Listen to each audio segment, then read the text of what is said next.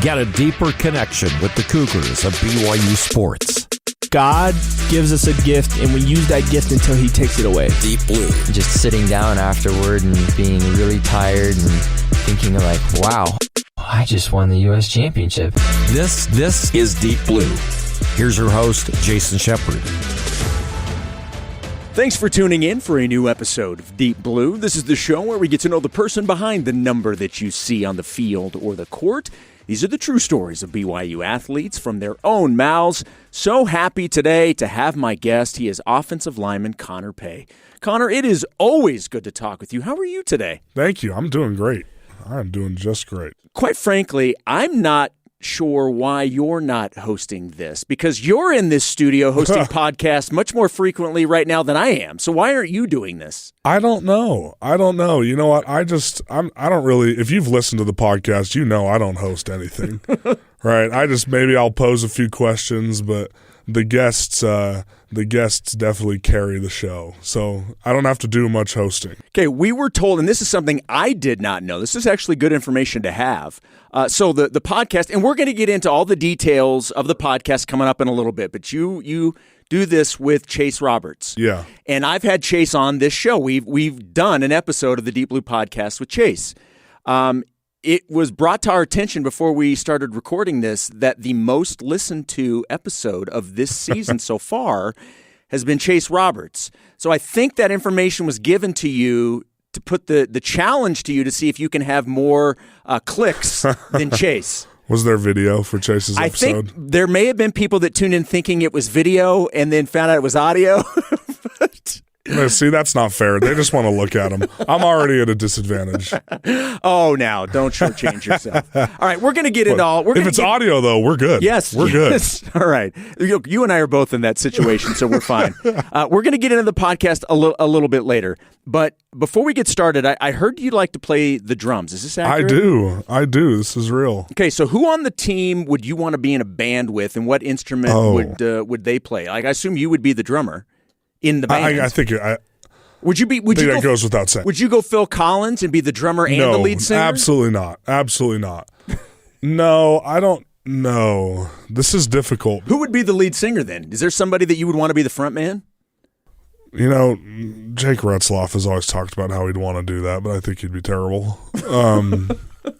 I don't know. Actually, you know who actually has a good singing voice? Caleb Etienne. Really? Yeah.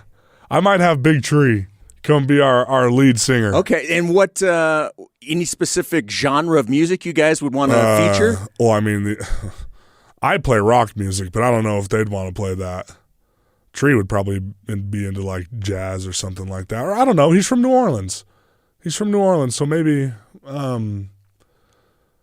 don't know. You could do a little smooth jazz. Yeah, smooth jazz. You could be on the drums. You could have somebody playing the sax. Hard. That is so hard to play on the drums. I don't know if I'd be able to pull that off. That would take a long time for me to learn that. But, yeah, maybe we'll throw Big Tree in the mix. I like that idea. I like that. Did you get a little offensive lineman band maybe? Yeah, we could. Okay, I like that. Eagles made a Christmas album. We could make one. Oh, boy. All right, let's get into the 2024 season. And I know you guys are so sick of hearing about this, about the expectations being so low. Do you just roll your eyes every time somebody begins a question with, well, the expectations were low? Do you guys just like, oh, here we go again? I mean, at this point in the year, it's a little bit, it's a little annoying. Just because we were one win away and one weird little tiebreaker away from playing in the title game. And so, I think that's kind of a thing of the past. The expectation's been set now for what we can do in the Big 12 Conference, and that's going to be the expectation year in and year out from now on. So, based off of what was accomplished this year, and you're a straight shooter, was this your own expectations doing what you guys did? Yeah. I fully expected to compete for a championship. And where did that come from? Coming off of last year, was it the off-season workouts? Was it the players getting together and sort of refocusing and rededicating themselves? Was it new coaches? What was it that gave you guys that type of confidence going into this season? I think it's all of the above. right? I think the number one thing was definitely the way we attacked the off season. When you could feel in those first couple weeks of winter workouts, like, okay, this team is going to get it, and obviously, that came with a lot of refocusing as players meetings, revamping the off-season leadership program, which came from the new strength staff. So like new coaches played a huge role in that. And obviously, Coach Woods coming in, I wouldn't be at BYU if they hadn't brought him in, and so obviously all that plays a role too. But I think just the dedication we had to the process in the off-season, that's when you could start to feel. And then when we felt the physicality and how well we played in spring ball, and we were like, okay, this team has the pieces. If we can put it together over the summer and have a good fall camp and transition into gameplay. The good news is, and the end of the story is, that you were able to come back and play, but you missed a chunk of games. I did. How hard was that for you because you're one of the team leaders, and I know that is something that's an off-the-field thing, but it's also an on-the-field thing. How did you handle that, not being able to have the on-the-field part of it? It was hard. And I tried to kind of immerse myself in game planning the other team and helping Bruce. And, obviously I was able to, stay distracted doing that. But obviously every time they ran out into the field, it hurt a little bit knowing that I wasn't going to be out because I had never been hurt before. I don't know how many it was, just 40-something starts at this point, never been injured, never so much as missed a practice in my career here. And then, to miss those 4 games was hard because there's this kind of it's a weird dichotomy as a leader where it's like you feel like if you're not doing everything everyone else is doing, it's hard to speak up. Because it's like, why would they listen to me? I'm on a scooter right now. And obviously I understand that I have years and things, and there's obviously some respect there for my teammates for what I've done in the past, but at the same time it's hard to be as vocal in front of the whole team when they're the ones out there grinding at practice and I'm sitting on my butt because I can't do anything. Yeah.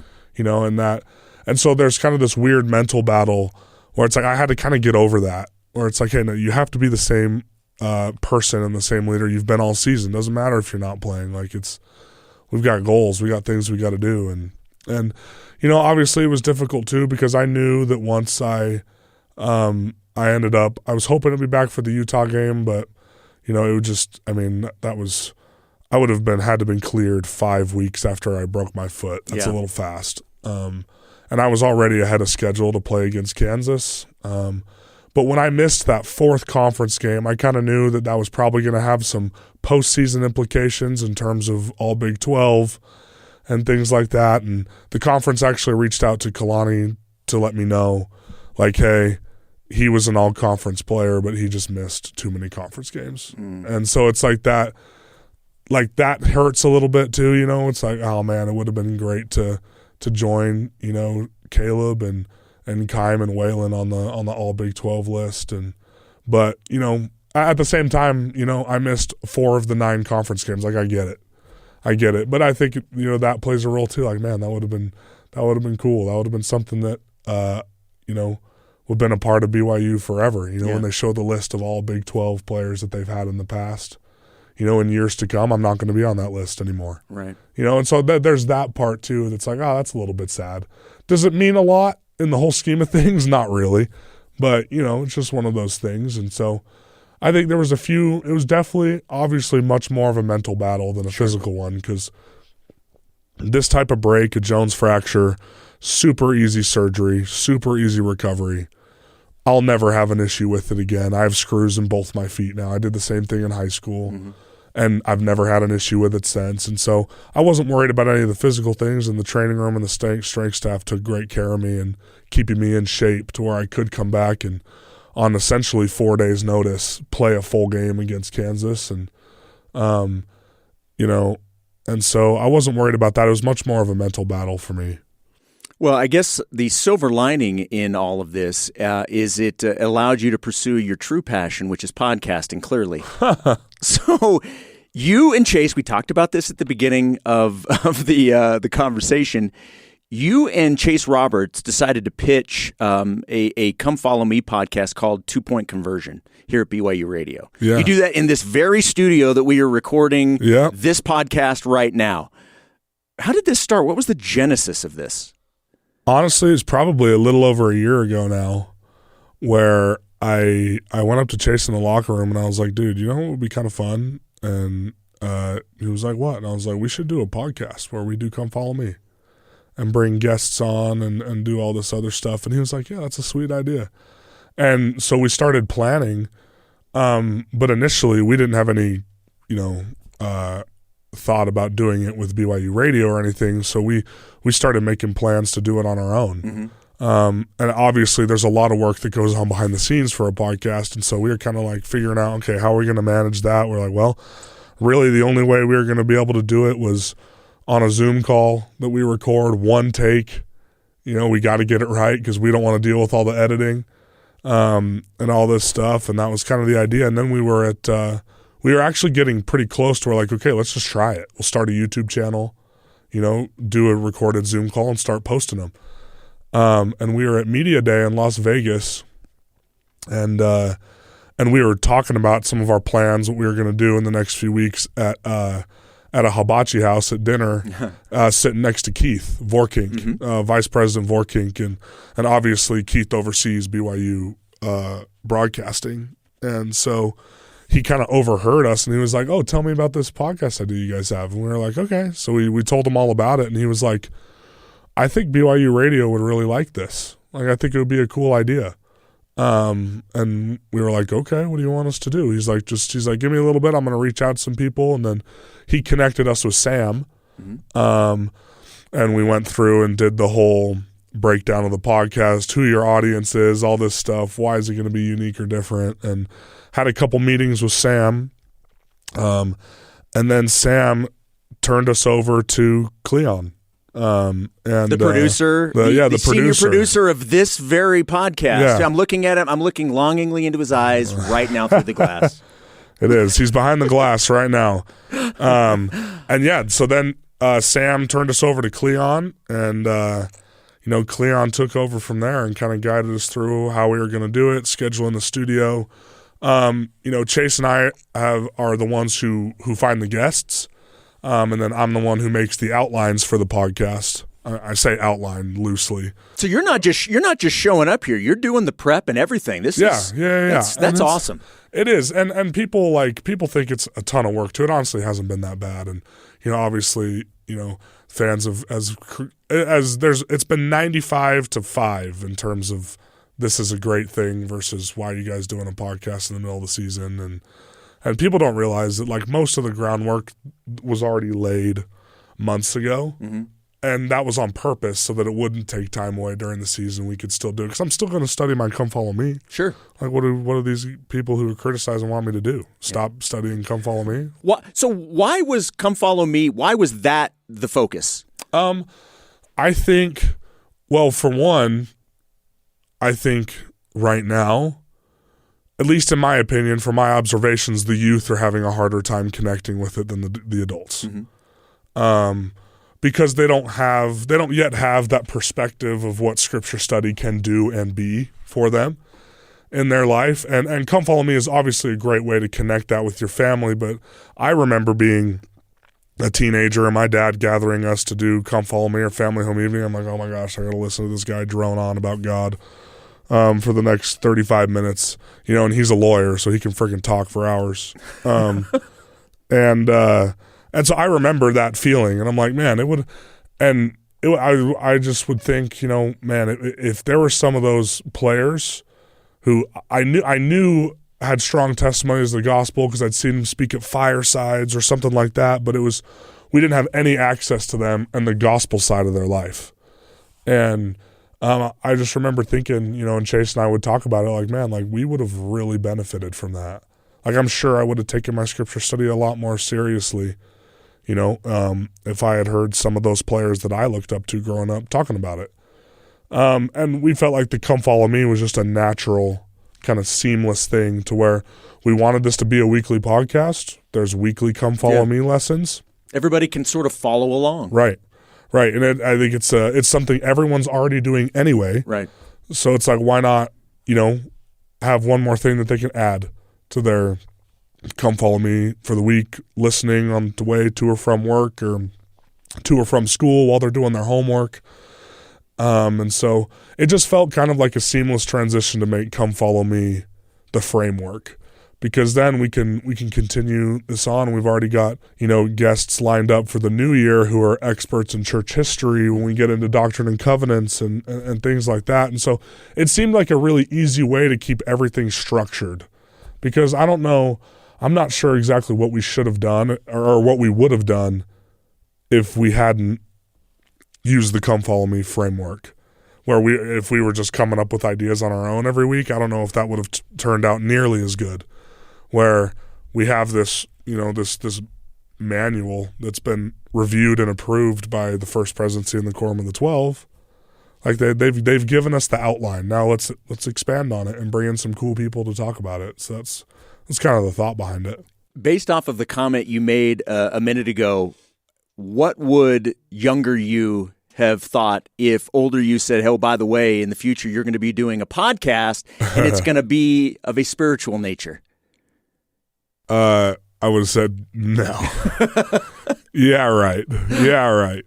And even when I came back into taking church more seriously and just deciding to serve a mission, even then I would have been like, no, and it's I don't know. A lot's changed. How has this helped your own spirituality? The prep and going through this and having these discussions and talking with these guests and scholars and historians, how has that strengthened your own spirituality? Oh, it's been huge. And it's been all, and I mean, it's been huge for one reason, because we get to talk to cool people, right? We have cool guests on the show. And to hear their perspective and their understanding, because obviously they're a lot smarter and know a lot more about the gospel than we do. And so to hear from their perspective is really cool. But I think what it's done is it's forced me to double down on the details, the things that work, right? And it's the scripture study, it's the daily prayer, it's taking my church attendance more seriously. Those are the things that have been enhanced because I'm spending a little more time on Come Follow Me. And again, it's not like it's a crazy amount of time. Like I do a little bit every day for my Come Follow Me, and especially in prep for the podcast, all that's done is I have to expand it a little more, where it's like, okay, basically anything in these verses could come up, in the podcast, so I need to be prepared to talk about it if it does. Yeah. And so it's forced me to dive a little bit deeper. But it honestly hasn't been that big of a change from my normal daily routine, and maybe it's 20 or 30 more minutes every day, which I guess in a sense turns out to quite a lot by the end of the week, 3 or 4 hours of studying the gospel, more than I normally would. And, and it's, but again, it hasn't, I think it just goes to show how small adjustments in your daily spiritual life can make a huge difference. Because, it hasn't been a big adjustment, contrary to popular belief, and it's made a big difference. I want to focus on two of your biggest influences, two male influences that have meant a lot to you, not just in terms of the type of person that you are today, but from a spiritual side. And sure. Obviously one is your dad, and we'll get into your dad a little bit more, but the other is your grandpa. Yeah. And for those that have seen the TV version of Deep Blue, they have seen this story, and I will tell you, in watching that, it touched me. I felt the Spirit watching that very strongly, so I want you to know that I appreciated that. I appreciate that. For that. those that have not seen that, you were going through a little bit of a faith crisis when you went through a really tough time in your life. Fill people in on that story and what happened to you several years ago. Sure, and I think I'll kind of just give the watered down version. Obviously, the Deep Blue video team did a really good job of, taking a lot of sporadic and stupid comments that I make in the interview and turn it into a pretty amazing story and tribute to my grandpa and to our family. But yeah, I just had a pretty strong spiritual experience when my grandpa was dying of cancer. One of the stronger ones of my life that I remember that, I had the overwhelming feeling, I think it was the day after Christmas. I was on my knees praying in my aunt and uncle's house where my grandpa was. They had brought him home from the hospital. And that, had this overwhelming feeling that he was going to live. Right. And then I felt the Spirit speak directly to me that my grandpa was going to live. And I went to bed with a smile on my face that night, knowing that everything was going to be okay. And when I woke up, he was dead. That was, as you can imagine, as a 12-year-old, that was pretty jarring. Because I had just felt like I had just gotten to the point where I was learning how to pray and actually feel the Holy Ghost and receive answers. And then to have that kind of just ripped right out of me. It didn't go well. Made me pretty angry and pretty bitter for a long time. So I was done at that point. I kind of made the decision, there's only one reason I would have felt that way, and it wasn't real, and it means that, God isn't real. Yeah, I came up with those feelings on my own, inside my own head. And basically just started finding a bunch of reasons for why it was all fake. Still went to church and did those things because that's what my family did. And I was still under my parents' roof. I wasn't on my own. I wasn't an adult yet. And so my family went to church. So that's what we did. And, the way I describe it was that I was physically active but spiritually inactive. That went on for probably 3 or 4 years, just wanted nothing to do with it.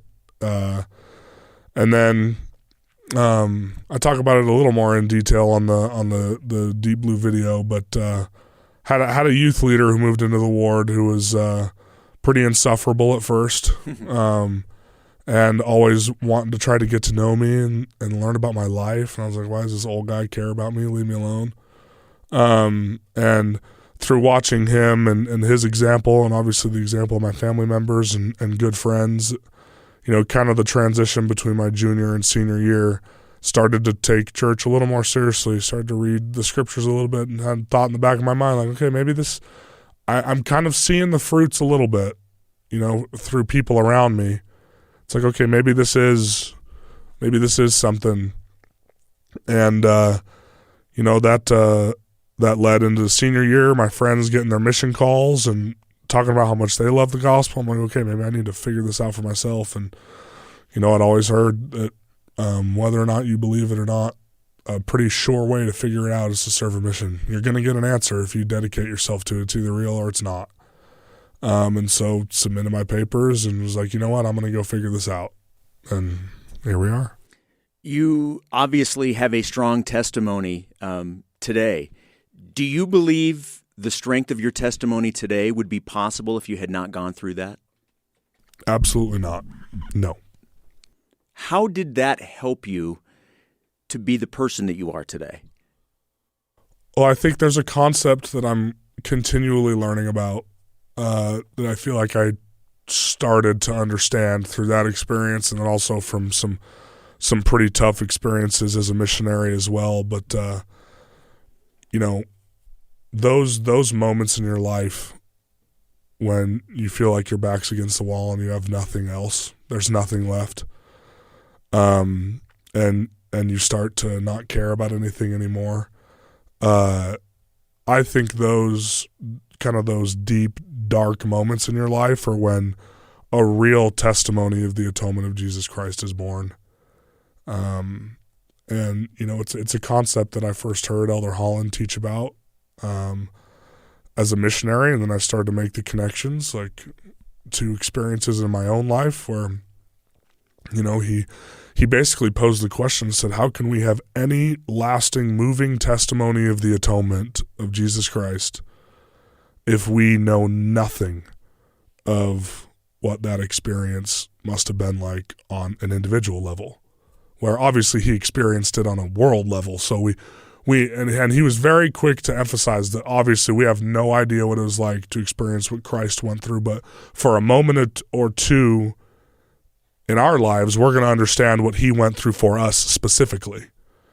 That teeny, tiny fraction.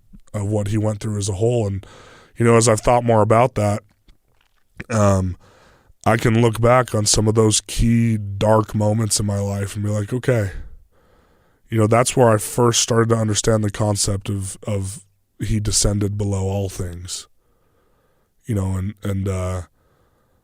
so I think, no, your testimony is built off experience, and oftentimes negative ones.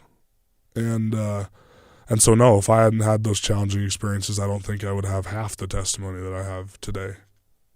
All right, we'll keep our conversation going with Connor Pay. We'll take a quick break. When we come back, we'll talk about your dad a little bit from the spiritual side, but also from the athletic side. We'll get into football and the role that it has played in your life.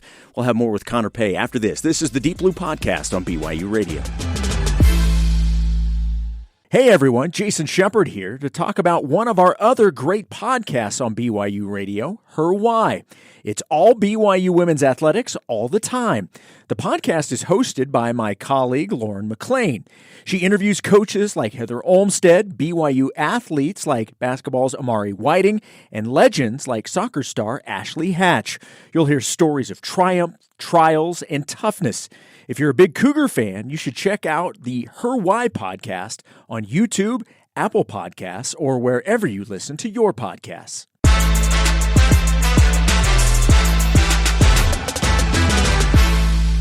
Welcome back to the Deep Blue Podcast here on BYU Radio. I'm your host, Jason Shepard. My guest today is Connor Pay.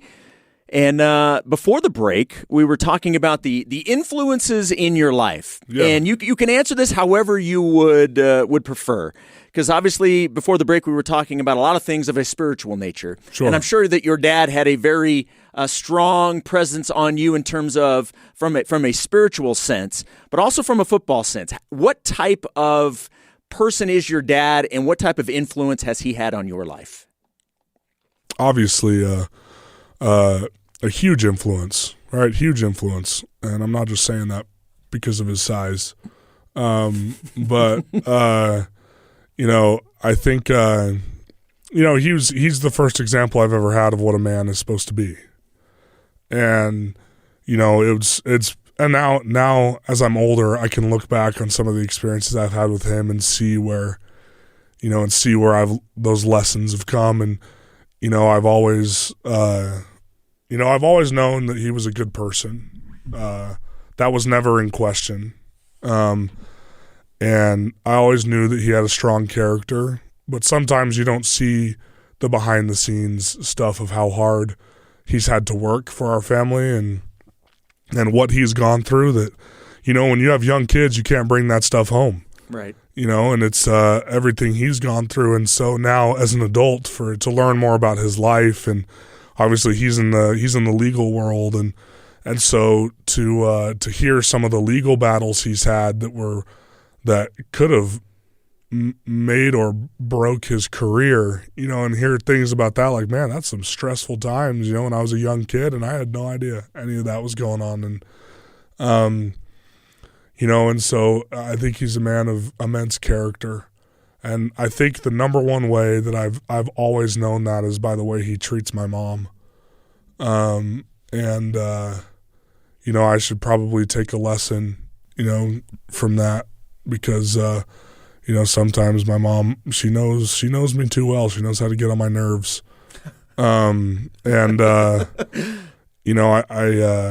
He's always treated her with the utmost respect, and and that's where I kind of I knew my dad was a good man. And obviously there's all the football stuff too. He played at BYU as an offensive lineman as well. Right, and so I've been connected to BYU and the alumni and everything for years. I'm close friends and consider a lot of my dad's teammates uncles. All right, and to kind of have that network too is a special thing, and and so football was obviously a big way that we bonded growing up, but my dad was very clear to separate football from the rest of our relationship. That was something he wanted to be very clear about.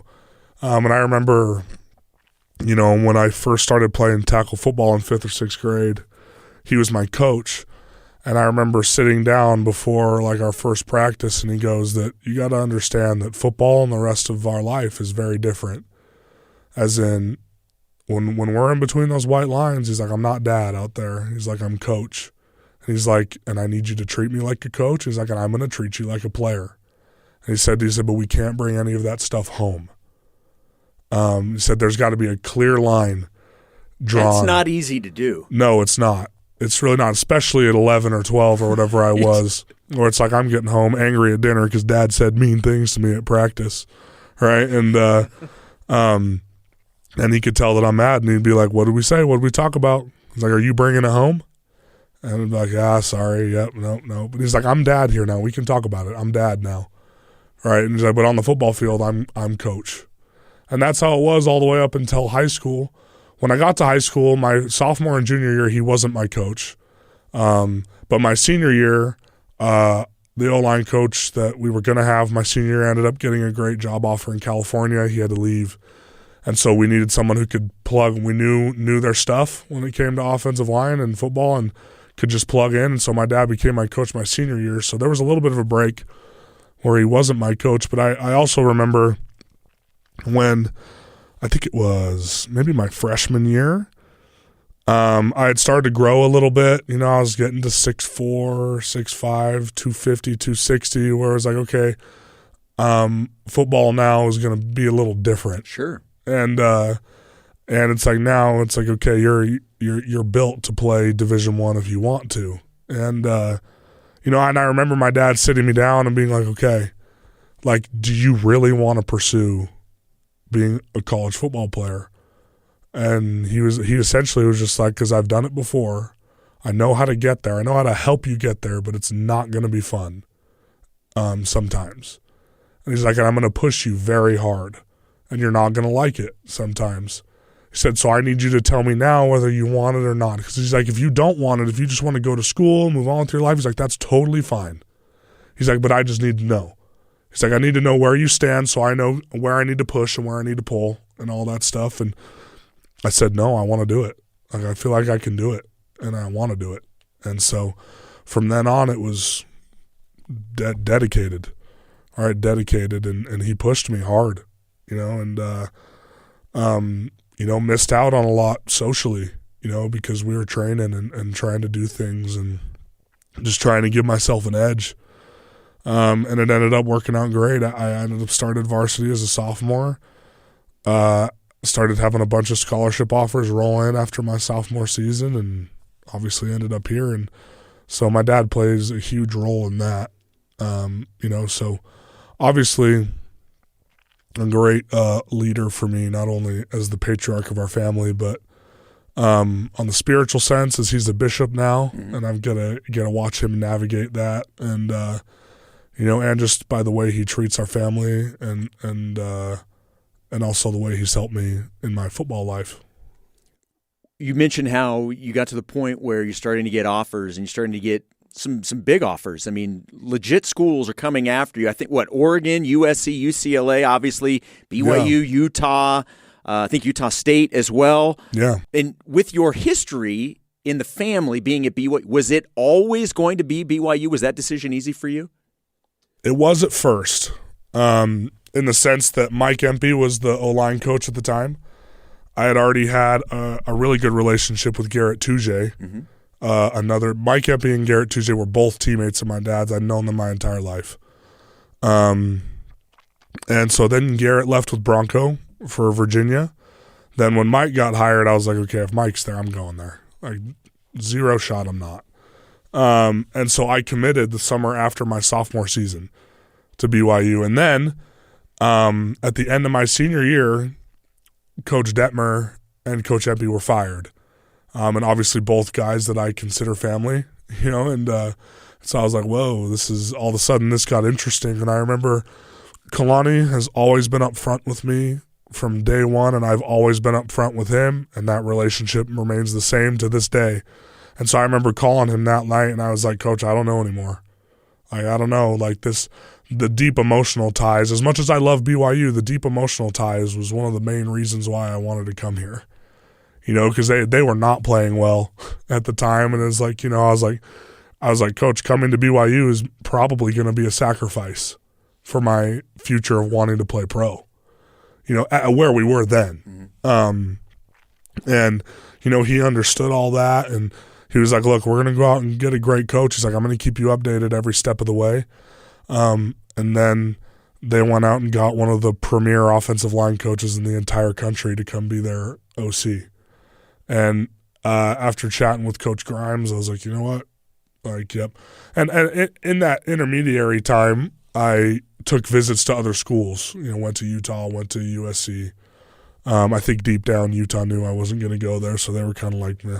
A little half-hearted there? Yeah, it's kind of like, yeah, you can come if you want. And I'm like, all right, whatever, Coach. Like, kick rocks. I'm going to go 2-0 against you anyways. And, and so, but went to Oregon, went to UCLA, went to USC, trying to figure out what I wanted to do.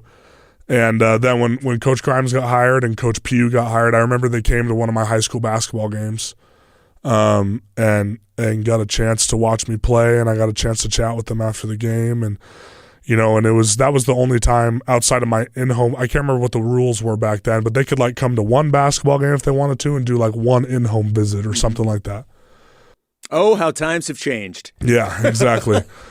and so just getting to interact with them and just to hear Coach Grimes talk about, his NFL pedigree with the offensive line and Coach Pugh, who was, we didn't know it at the time, but one of the great young offensive line coaches. And I was like, okay, this is great. This is great. And I ended up signing and thankfully got 1 year with him. Right. Well, and I've got to assume that because of your pedigree and how focused you are at your craft and, sort of the perfection at the offensive line and that being what your dad played and, that was your focus. How rewarding was this past season to be able to get that offensive line back to where you guys all wanted it to be? It was great, because that's the kind of offensive line I came into, right? And that was the standard Coach Grimes had set, and he had built the 2 years while I was on my mission, and then I came home and got to kind of see the fruits of that in 2020 when we were one of the more dominant offensive lines in the country. And then we kind of rode the coattails of that in 2021 and 2022. And for me to be a starter on those offensive lines was a pretty special thing. And, and then to kind of have because I had never experienced that before in 2023, just the struggles that we had and the challenges. And so I kind of had to learn as we went a little bit, because we'd always had an answer before and we weren't finding any answers. And for then to have, the coaching change made this year and to have Coach Woods come in and just after meeting with him, like, okay, this guy can revamp this thing. And he can help me a lot as an individual player too. And he's done exactly that. And, it just felt great again to go out there and impose our will on teams like we had in the past, where, it was when, for the most part this year, we could run the ball when we wanted to run the ball. And obviously had some challenges in a couple games this year, a little bit with that too, but the Big 12 has good defenses. Yeah. It's going to happen sometimes. And but for the most part, we take great pride in that, that we can go, and if we want to, if A-Rod wants to call straight runs, we can do it, and go right down the field. And to get that confidence and that swagger back a little bit was, was a really special thing, really fun. Well, and with your dad being a former player and you being in the program for as long as you have, how much was it? How exciting was it for you to have your brother Trevor on the team, and then you've got another brother who's just signed with BYU, Austin? I think you made a comment the other day that there's going to be a pay on the BYU roster all the way through 2031. Yeah. That's got to be great, not just for you, but for your entire family. Yeah, it's cool because BYU football now, it's, my uncle and my dad both played, at BYU, and so it was a pretty big part of our family. Sure. And now it's a huge part of our family. It's become a family affair for us. All my aunts and uncles, cousins, BYU football is, kind of what their fall centers around now, because of that. And now they get to continue that for a long time. It was my brother being on the team was another big reason why I decided to come back for my senior season, because we had never been teammates before. Mm-hmm. How was it? Was it everything you wanted it to be? Yeah, he did really well, and it was obviously Trev is a walk-on, and so him coming in the summer as a walk-on, you're bottom of the barrel, and I try to make it very clear where he stood. Like you got to understand where you're at, man. You're at the bottom. Like everything you're going to get is going to have to be earned, and by week 5 or 6, he was traveling. He was pretty firmly in the 2 deep, and obviously me going down with injury helped a little bit, bump him up a little more. But then when I came back, he stayed. Yeah, and he's kind of showing Coach Woods that he's dedicated to this. And he's a young freshman, and within 3 or 4 weeks, he knew the offense better than most of the room. And so just kind of to watch him go through that process and to understand where he came from and how hard he'd had to work to get here in the first place. Pretty cool thing. And thankfully it hasn't done any damage to our relationship. I was a little worried about that because he had never seen me on a field before or as a teammate. Obviously I'm very different. Yeah. On the field. Did you have to have the conversation that your dad had, like things that happen on the field, we leave him when we go off the field? Yes. I did actually. Before, when we would talk on P-Day before his mission, I was kind of prepping him already, like, dude, like, listen, like, when you get home, because we're roommates too, he moved into my house with me, and I was like, look, when I'm probably going to treat you pretty poorly. Like at football. At least it's going to feel that way. He's like, wait a minute, this is going to be different from how the rest of our lives? Yeah, exactly. No, really not much different for him. And I was just like, because look, I have to treat you the same as everybody else, as a leader. Yeah. And honestly, I'm probably harder on him than the other guys just by nature because he's my brother. But and he was like, okay, bring it on. And I was like, okay, dude, if you have that mindset, it's going to go great. It's going to go great. And I was like, just don't tell mom about anything I say. Like that was the other conversation. Like, look, dude, what happens on the prowl, you got to keep it between us, man. Like, you can tell dad about some of it, but like for the most part. Mom's off limits here. You cannot divulge I can't have mom in tears because she realizes how many cuss words I say on the practice field. Like we gotta keep that in check. But no, it's been awesome. It's been awesome.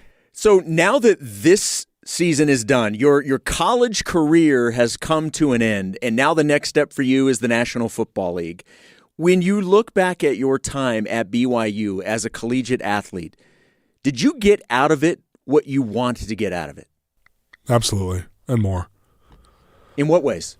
You learn about it and you talk about it, kind of the network and the environment that BYU has. And the alumni base, you don't fully understand the support and all the help that BYU can truly offer you until you're in it, and so I think, and especially me having graduated from the Marriott School of Business and the network that comes with, because I honestly believe it's obviously, it's a great school. They teach you a lot of great things, but I think one of the reasons why they're one of the most highly ranked business schools in the country is the network.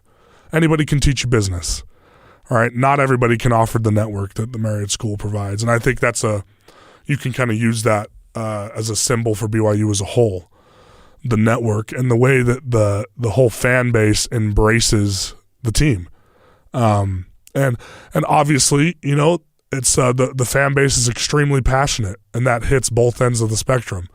When things are going well, man, there's nobody who's going to support you more. When things are not going well, there's nobody that's going to tear you down more, and so, but that comes with the territory, right? Much rather have that than a fan base that's constantly in the middle and not passionate about anything. Yeah, yeah, it's true.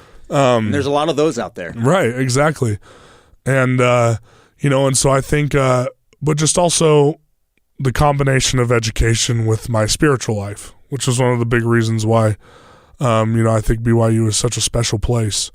The honor code, it's a big thing. I feel like that's a superpower as an athlete.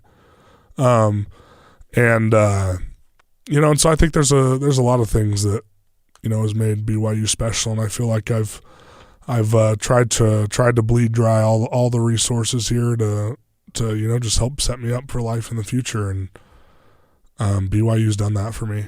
Well, the future certainly looks very bright. Can't wait to see you playing on Sundays. I know there's a lot coming up, getting ready for the National Football League. Connor, thank you so much for doing this. I just want to take this chance. You've always been great to me. Interview requests. You've done a lot of interviews, and I'm sure after practice when can you talk with Jason? Can you talk with Shep? And it's like, oh, man, I'd rather just get in the locker room and go home. You've always been willing to do it, and I've appreciated how candid you've been, and you've always been one of my favorites. So thank you so much for everything that you have done in that arena and certainly on the football field as well. Thank you. It's been a pleasure. All right. Well, I appreciate it. Good luck as you make your way into the pros, and we will certainly all be watching and cheering you on. Thanks, man. Thank you. Oh, and by the way, we got to get the plug in, the 2-point conversion. Make sure you tune in wherever you get your podcasts or on the BYU Radio app. You can check out the 2-point conversion with Connor Pay Mondays and Chase Roberts on Mondays. So there you go. There's your plug, and we do need to do a follow up and see the listenership of this episode versus Chase's. Yeah. And then what we need to do is we need to get this thing generating so that you have that on Chase. I know. I need it. Okay. I need it. Okay. All right. I like it. All right. Connor, thanks, man. I appreciate it. No problem. All right, thanks once again to my guest, Connor Pay. My name is Jason Shepard. Josh Bergstrom and Ben Hall produced this episode. Deep Blue's senior producer is Cleon Wall. You can download and subscribe to Deep Blue on all podcast platforms or find all episodes on the BYU Radio app. Deep Blue is a production of BYU Radio.